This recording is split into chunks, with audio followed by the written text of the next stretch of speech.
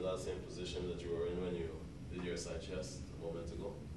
And now you're emphasizing your triceps. And to do that, you force the arm that's visible to the judges all the way down to bring out maximum muscularity.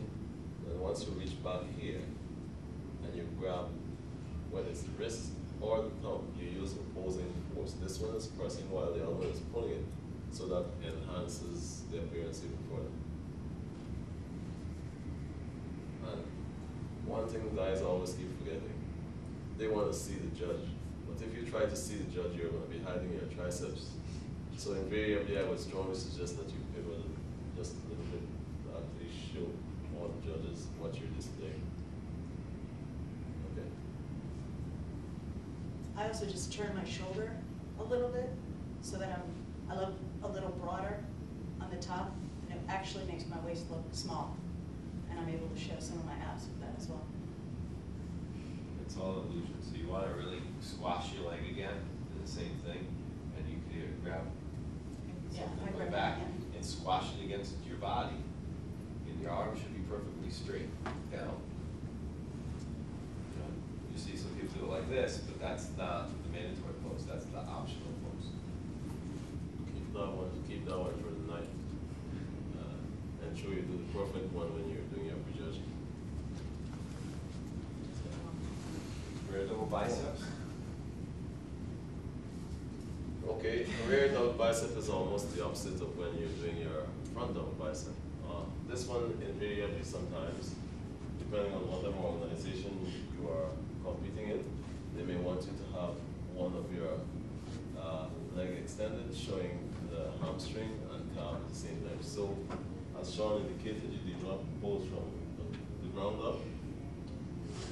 You actually, whichever leg you choose to extend the rear, you just touch the floor with the toes, compress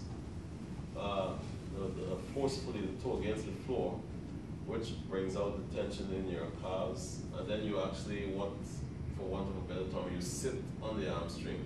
If you float it, meaning if you shift the weight from that leg onto the next one, it takes away from the detail.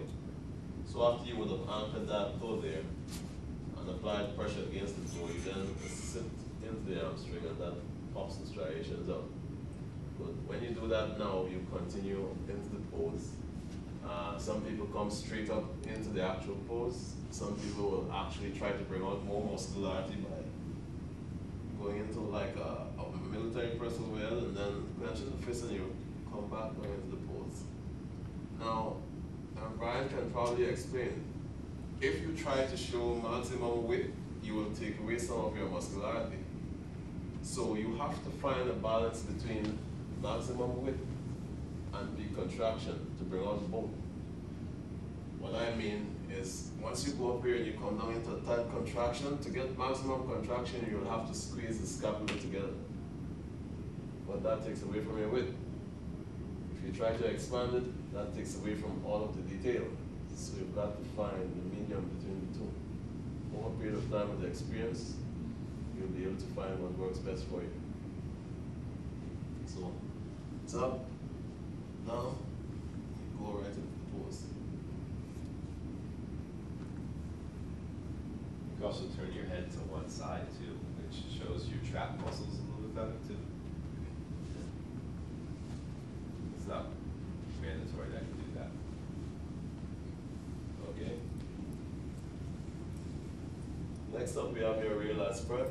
Lower body is in the same position that you were in when you did your rear double bicep. Similar to when you were doing your front lat spread. You reach all the way back.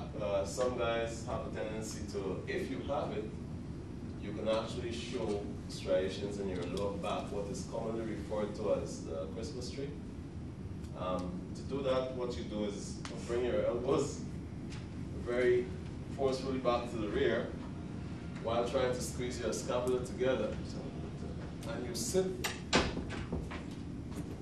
and that brings out the details in your lower back. It takes a lot of practice.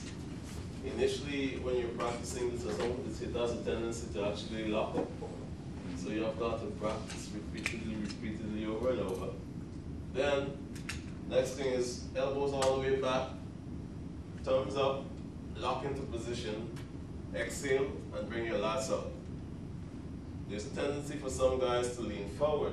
You do not want to do that. Remember, the judges are below you. Last thing you want to remember to do is just lean back slightly. It's like presenting a wall for them to look at. Okay?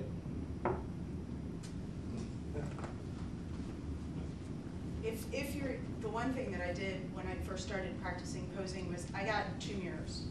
So you set one up so that when you do your rear poses, you can see yourself.